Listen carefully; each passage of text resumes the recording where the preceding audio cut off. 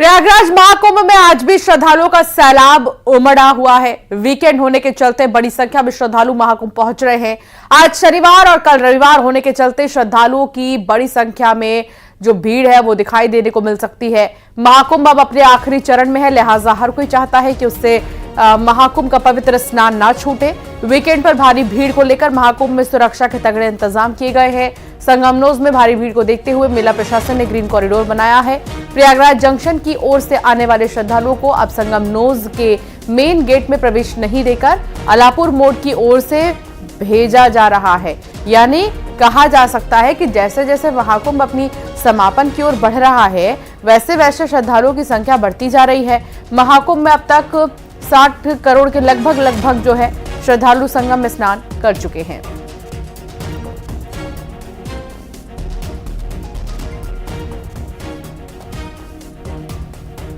प्रयागराज महाकुंभ में आज श्रद्धालुओं का जन सैलाब उमड़ा है। मेरे ठीक पीछे की इन तस्वीरों को देखिए, ये संगमनोज के जाने वाला मेन द्वार है, जहां पर भारी भीड़ को देखते हुए यहां पे मेन द्वार से श्रद्धालुओं के प्रवेश को रोक दिया गया है। जिस तरह यहां पे श्रद्धालुओं का ये जत्था या हुजूम उमड़ा है कि संगमनोज पे भारी भीड़ हो गई है, जिसके चलते मेला प्रबंधन की ओर से यह फैसला लिया गया है। तो आप तस्वीरें में देख सकते हैं कि यहाँ आपको लाखों की संख्या में यानी करोड़ों की संख्या में श्रद्धालु लगातार जो संगमनोज की ओर बढ़ रहे थे, संगम में आस्था की डुबकी लगाने के लिए आगे बढ़ रहे थे, लेकिन यहाँ पे भीड़ होने के चलते मेला प्रबंधन की ओर से, मेला प्रशासन की ओर से ये फैसला लिया गया है और यहाँ पे डाइवर्जन पॉइंट बनाया गया है, जहाँ पे लाखों श्रद्धालुओं को रोक दिया गया है। हालांकि इन श्रद्धालुओं को प्रयागराज जंक्शन से तकरीबन 10 किलोमीटर पैदल सफर करके आगे आना पड़ा है, लेकिन जिस तरह से मेला क्षेत्र में भारी भीड़ है उसको लेकर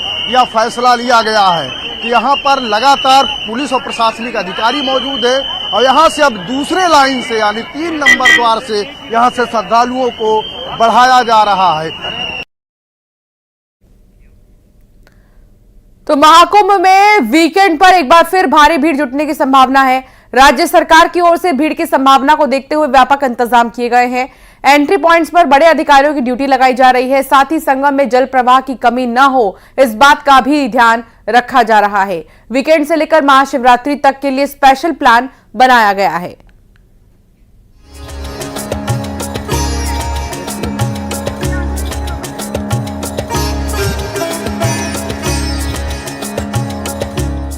श्रद्धा और भक्ति के महापर्व में शामिल होने के लिए अब भी करोड़ों की संख्या में श्रद्धालु प्रयागराज की ओर आने के लिए व्याकुल हैं।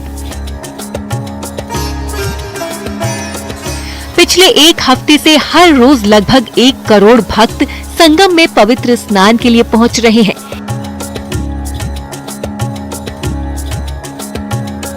ऐसे में मेला प्रशासन और सरकार के लिए 26 फरवरी तक कई चुनौतियां हैं। इन चुनौतियों से निपटने के लिए विशेष प्लान तैयार किया गया है। वीकेंड से महाशिवरात्रि तक विशेष प्लान। मेला क्षेत्र रहेगा no vehicle zone. Entry points पर सीनियर अधिकारियों की तैनाती। संगम पर जल प्रवाह के लिए विशेष निर्देश। साफ सफाई पर भी किया जा रहा खास फोकस। क्राउड कंट्रोल के लिए भी एक्शन प्लान तैयार। मेला क्षेत्र में एंट्री का ये है और यहाँ इसको पूरी तरीके से बंद किया गया है, लेकिन केवल इमरजेंसी के वक्त ही अब इसे खोला जाएगा। यानी कोई एम्बुलेंस वगैरह आता है तभी इस बैरिकेटिंग को खोला जाएगा। मैं एक दूसरी तस्वीर आपको यहाँ पर दिखाऊंगा। यहाँ पर एक दूसरी तस्वीर जरा देखिए।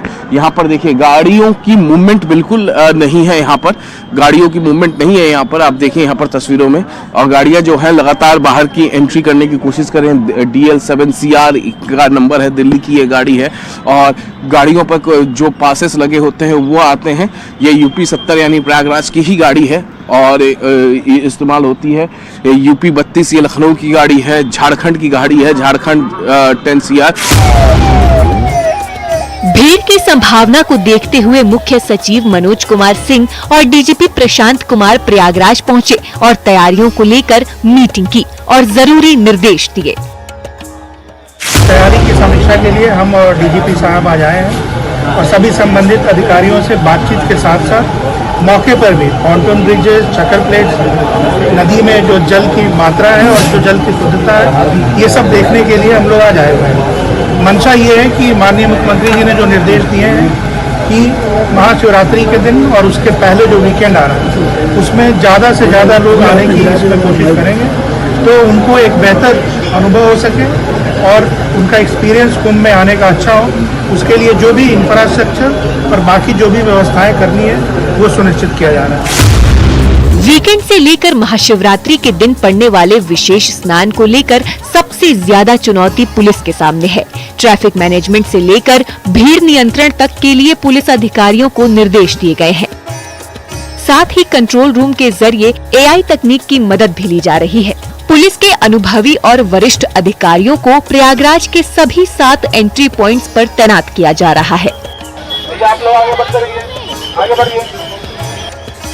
अंतिम स्नान है जो महाशिवरात्रि के दिन संपन्न होगा और उसके पहले वीकेंड को देखते हुए विशेष व्यवस्थाएं की जा रही हैं और उन व्यवस्थाओं को मौके पे परीक्षण करने के लिए हम लोग यहाँ आए हैं शासन के निर्देशों पर।